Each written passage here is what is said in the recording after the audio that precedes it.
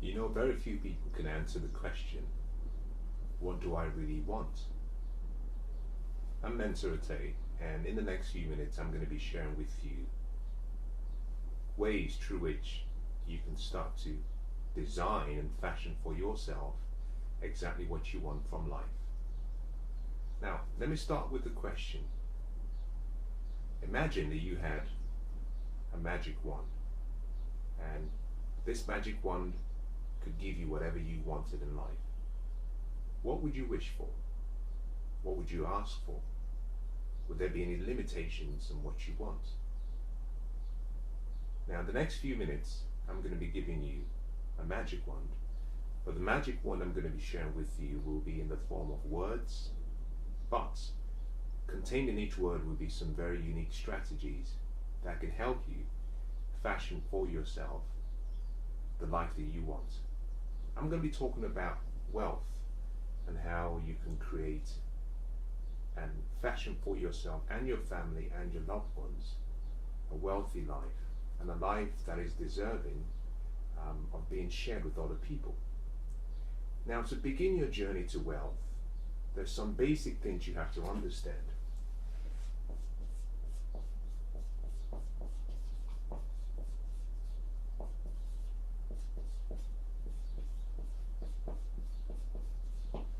What I've just written there, if you can see, is that wealth is a plan. Investing is a plan. You have to begin with a plan. Now, once you imagine that you're going to be going on a long journey, let's assume that you're going to be traveling from London, England, and you're going to be traveling to Edinburgh in Scotland. Now, before you begin your journey, before you embark on the journey, there are a few things that are essential. The first is you need a plan to get you from your from where you are, location, to your desired destination. That's the first plan. The second plan you need is a plan to get you there safely, using the shortest possible route, but also using the fastest possible route. And number three, you need a plan to get started.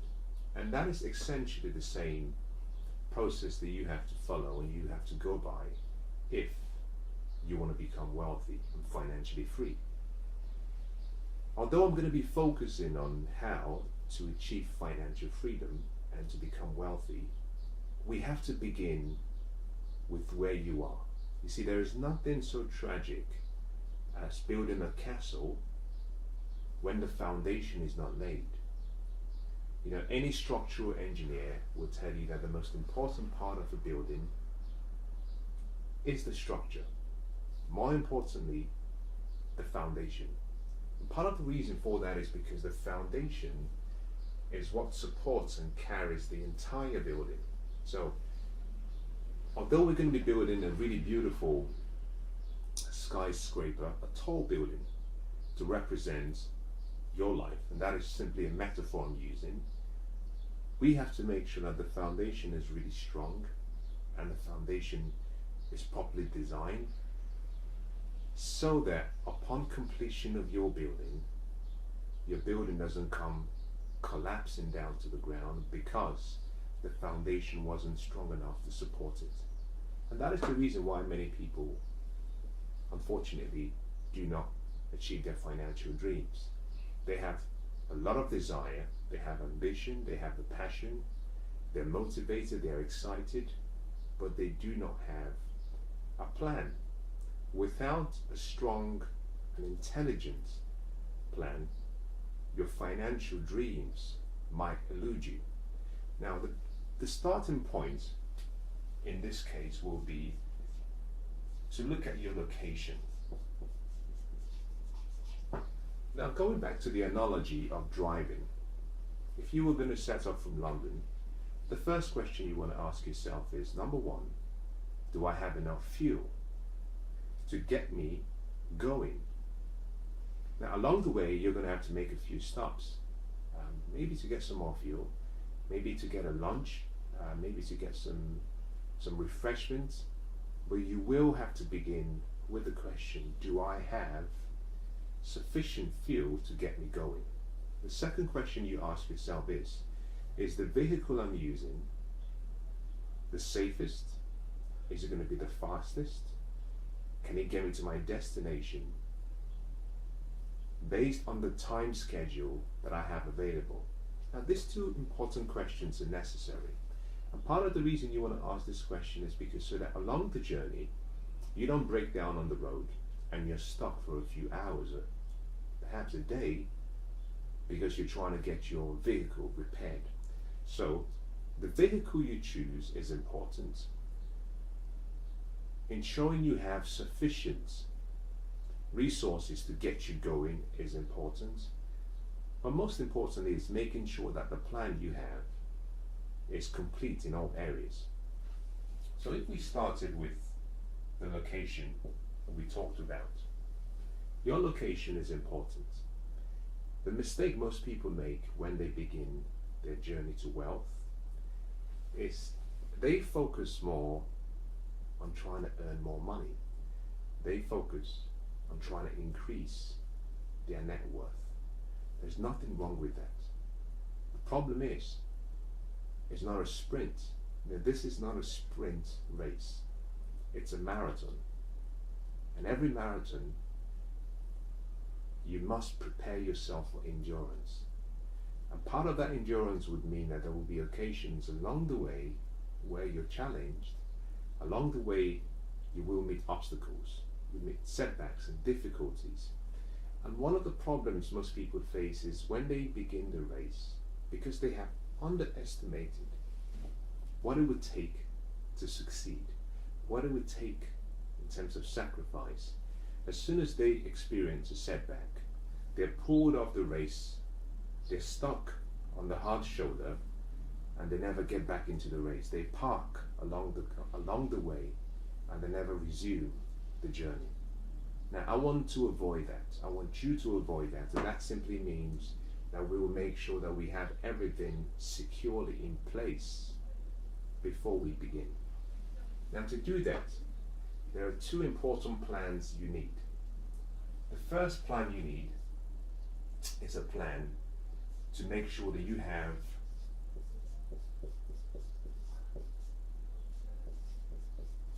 protection. Protection. Now, protection is really important, irrespective of where you are, irrespective of what your net worth is, irrespective of if you even have enough and you're worried about what you want to protect.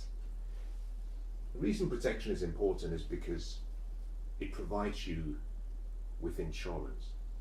Now, if you were going to fly to any part of maybe Europe, flying from one continent to another, one of the questions you'll be asked is whether you have travel insurance.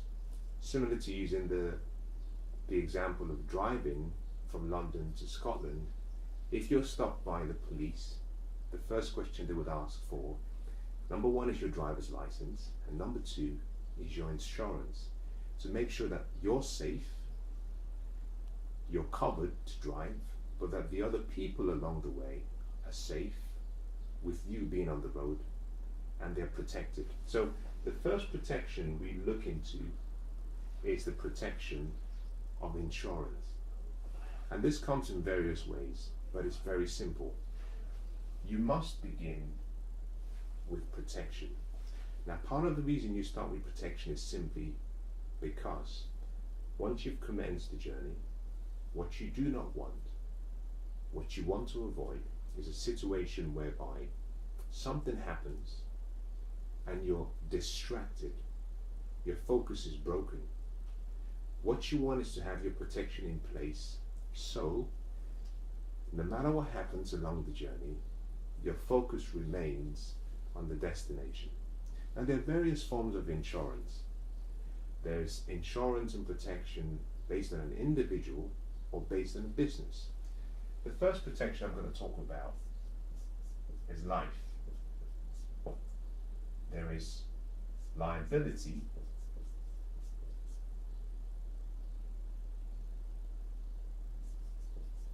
insurance. And the liability insurance generally covers various aspects. If you have a business, personal liability, um, business liability, and that ensures that in the event that something happens along the journey, either due to an error on your part, that whatever you have, whatever you've accumulated is protected. Life insurance, liability insurance, health insurance. Now those are the three I'm going to start with. There's so many others, but I believe these are the three most important forms of insurance that will protect you. Your health insurance covers in the event that something goes wrong in your health. Now, the health insurance and the life insurance predominantly are essential for individuals who have dependents. Maybe you have a family, maybe you have people who look up to you for their sustenance. This simply means that in the event of your death, you're covered, or in the event of ill health or a catastrophic accident, that you're still protected. So whether you have a family of one or you have a family of two or more, you must begin with protection. Ask yourself the simple question: should something happen to me today, am I protected? Is my family protected? Your liability insurance is also very important because it means that if you have a business or if you have any personal investments and those investments are registered under your name, what that simply means is that if there is, for whatever reason, negligence on your part or on the part of someone representing you, if there is any form of negligence, you can be sued. And if you're sued, whatever investments you have perhaps could be lost. So what you want to do is protect those to ensure that that never happens.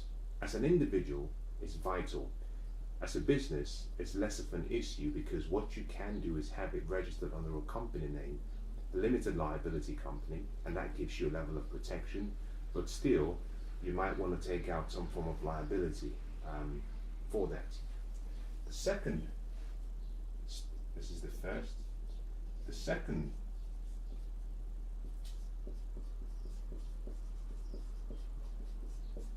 plan you need, this is protection plan. The second plan you need is what we call your secure plan.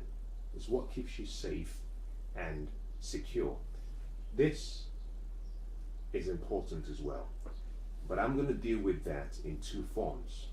There is short-term security and safety, and there is long-term security and safety.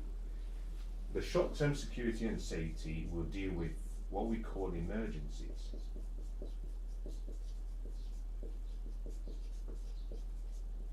And this is present, or what we say short. Next, we deal with security, long term. Now, both are very essential. Part of the reason both are very essential is simply because every day, we go through various experiences. Some of those will go according to the plans we have, some of them will not. And one of the things you must do for yourself is make sure that you're protected and you're covered should something that is unforeseen, something that perhaps is not desired, a catastrophic experience, should it happen, you're covered. My recommendation before you begin your wealth journey is to make sure that you have some form of security protection. There are two ways that you can do this. Now, I'm going to contradict myself with both, but I want you to understand that the advice is split into two categories. The first are those who are not financially knowledgeable. They're not very knowledgeable about various investment options or the various financial nuances. And the second deals with people who are a little bit more financially educated. Now, the reference I make to financial education is not to criticize, and it's not to diminish one group over the other. It's simply to say that making money and wealth is a game. If you know the rules of the game, you know how to play the game. If you don't know the rules of the game, then unfortunately you're playing against professionals, and against professionals you're bound to lose. And that is the reason why I make reference to two sets of groups: those who know the rules of the games and those who don't.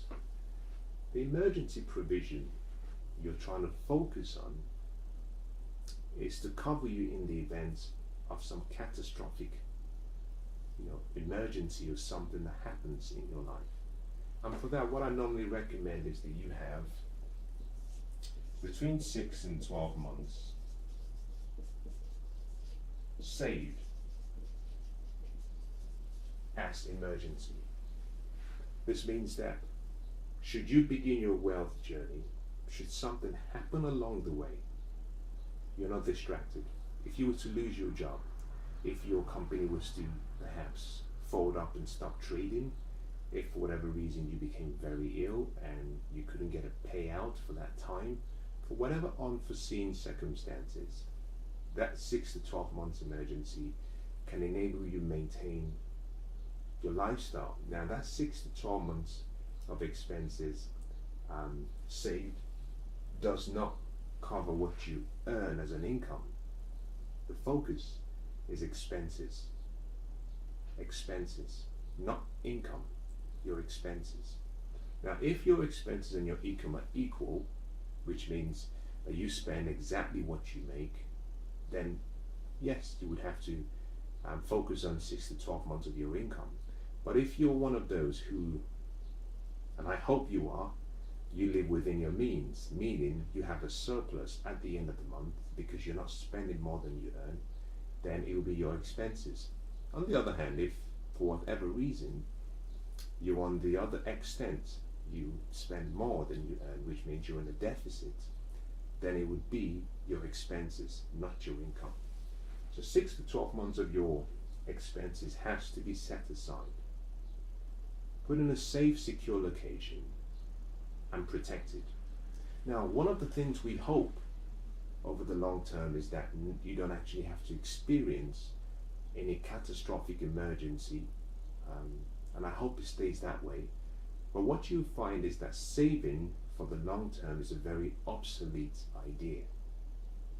Very obsolete idea. Not something I recommend, and it's something that the wealthy do not do.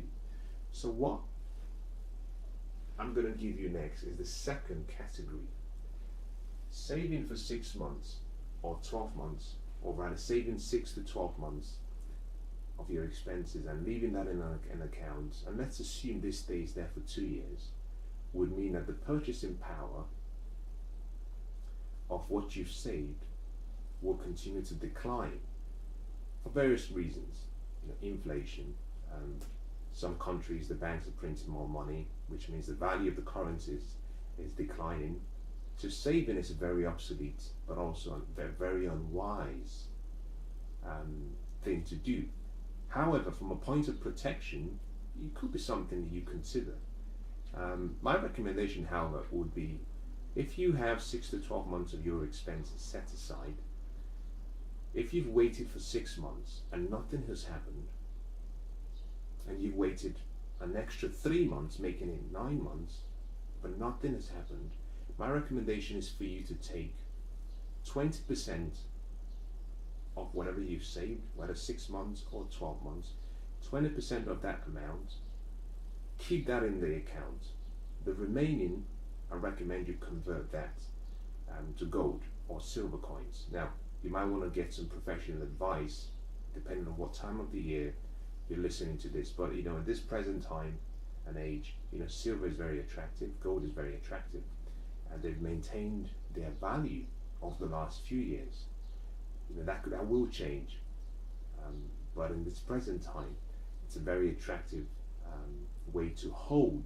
Remember, it's not an investment, you're simply holding your money in a much better currency that doesn't depreciate in value as fast as the traditional currency we have.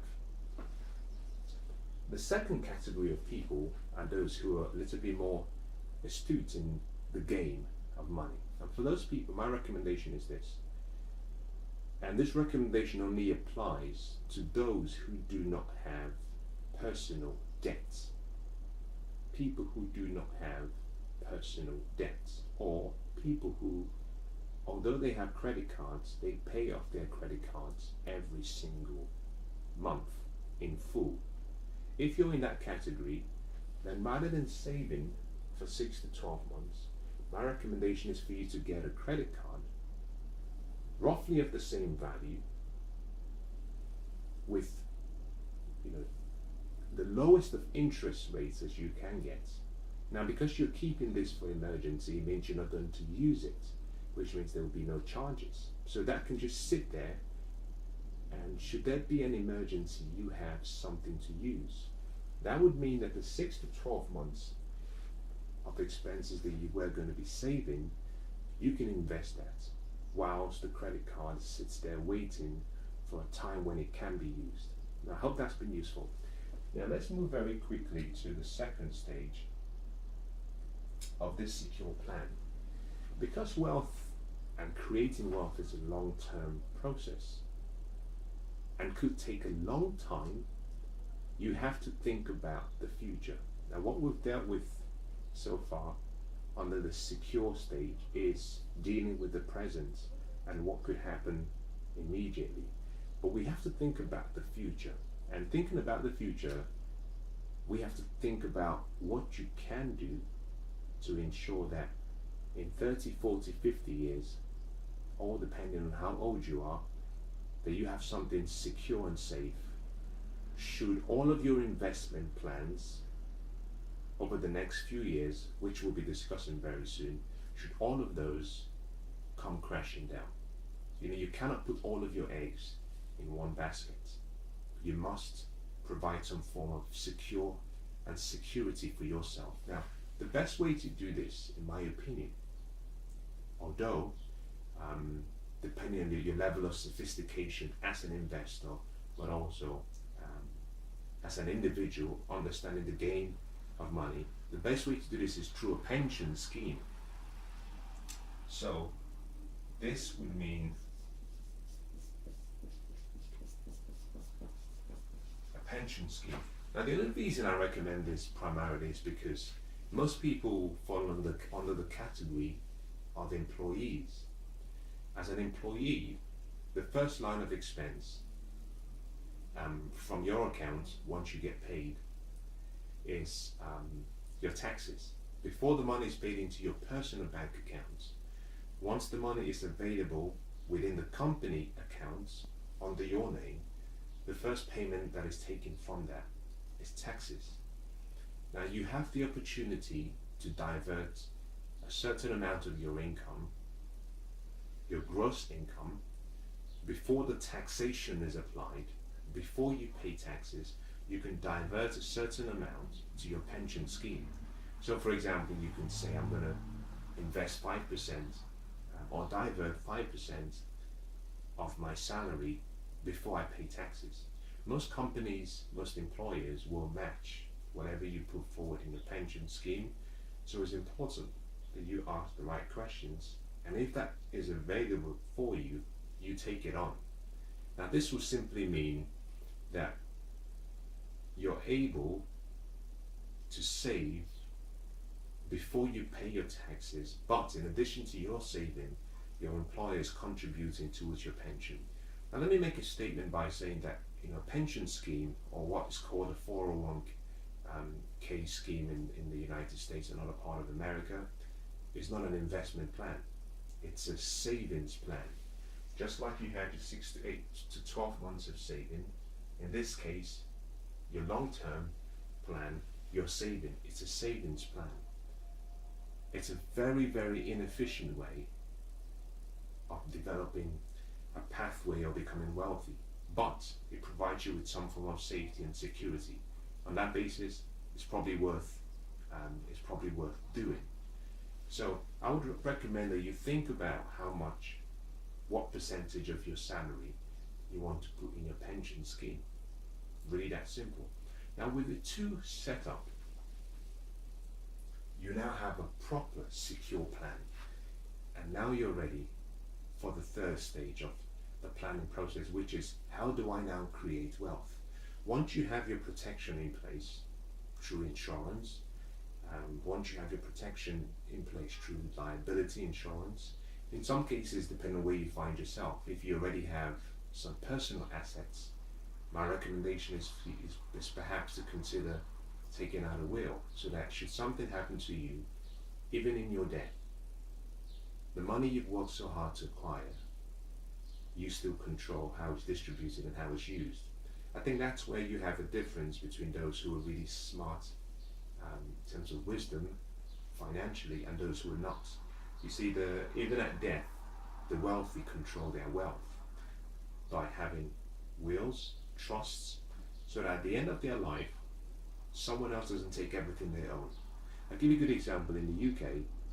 If, for example, a father had an investment, a house, if he was going to pass this on to a child, there are various taxation laws that can authorize the UK government to take a portion or to demand for a payment to cover the transfer of the assets from one person to another. Now, this is where you need real good professional advice and counsel. But under the security section and protection, you might want to think about a will, trust, if you already have some assets. Next, we've talked about the safety. Once you have the protection in place and the safety in place, you're ready to create wealth. And that is what I want to talk to you about next. How do you now start building wealth?